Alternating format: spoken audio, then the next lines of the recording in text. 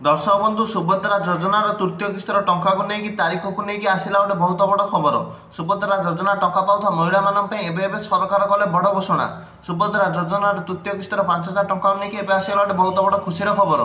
कौन रही बड़ खबर सुभद्रा योजनार टंका को लेकिन जानापी भिडियो शेष पर्यंत जमी देखूँ। दर्शक बंधु सुभद्रा योजनार पूर्व किस्ती द्वितीय किस्ती मार्च 8 तारिख में मिलता।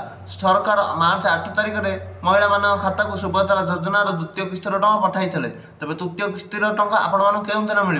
तो देखो दर्शक बंधु तृतीय किस्तर टंका को लेकिन सुभद्रा योजनार सरकार बड़ घोषणा कर जो मैंने 21 वर्ष पाद देते टंका पाइबे। जो मैंने गोटे किस्ती मूलसु किस्ती टंका पाई ना सर्वे चलती नुआ लिस्ट बहुत शीघ्र आसीज।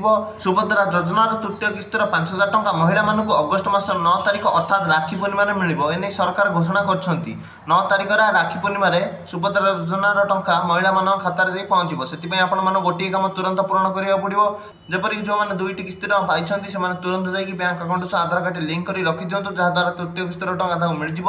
गोटे किस्ती मूलसु किस्ती टंका पाई ना लोक मैंने सब कम कर दिंतु कारण जदि लिस्ट नाम आसो भी पैसा मिल जाव। जो मैंने मार्च 31 सुधा नुआ हिताधिकारी भाव आप्लाय कर टंका एकाधर 15,000 टंका मिल जाव।